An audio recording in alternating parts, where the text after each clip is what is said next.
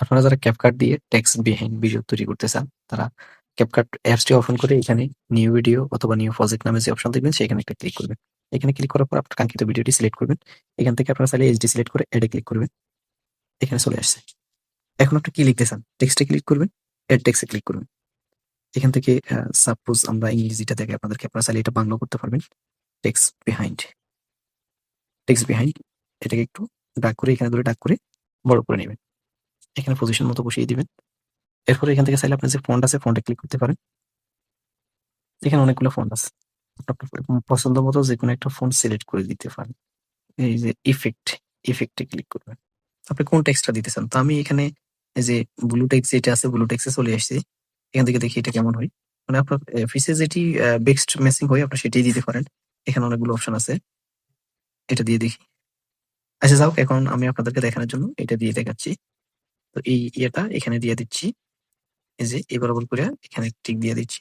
তো এটা আপনার যে ভিডিওটা আছে আপনার চাইলে পুরাটা আর আপনারা যারা মানে ছোট, ছোট ভিডিও লিরিক্স ভিডিও বানাতে চান তারা আপনার লিরিক্সটা বসায় দিয়ে এরপরে ইয়ে করতে পারেন। তো এখানে আমি এখানে চলে আসছি।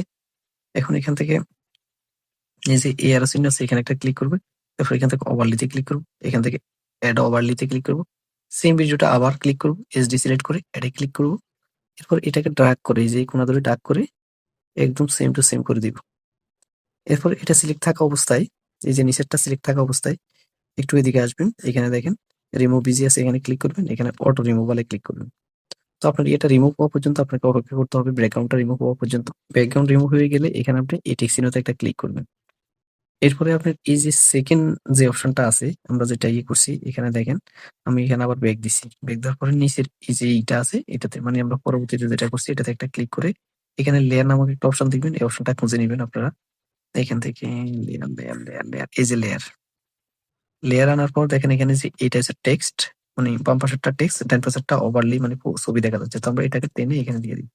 এই যে দেখেন এবার টেক্সটটা বিহাইন্ড এ চলে গেছে। তো এবার আপনি এটাকে প্লে কি নামে ডেকে বলবো তোমাকে। এখন এটাকে আমরা এক্সপোর্ট করার জন্য এখান থেকে আপনারা 2K দিয়ে দিবেন। এরপরে আপনারা চাইলে আর অন্যগুলো অপশন করতে পারেন। এরপরে এখান থেকে আপনারা এক্সপোর্ট দিয়ে দিবেন। তো এভাবে এখানে ডিভাইস চেঞ্জ করে সেভ করে নিবেন। তো বন্ধুরা ভিডিওটি ভালো লাগলে অবশ্যই আমার চ্যানেলটি সাবস্ক্রাইব করবেন এবং পরবর্তীতে কোন ধরনের ভিডিও চান সেটা অবশ্যই কমেন্ট করে জানিয়ে দিবেন। আসসালামু আলাইকুম।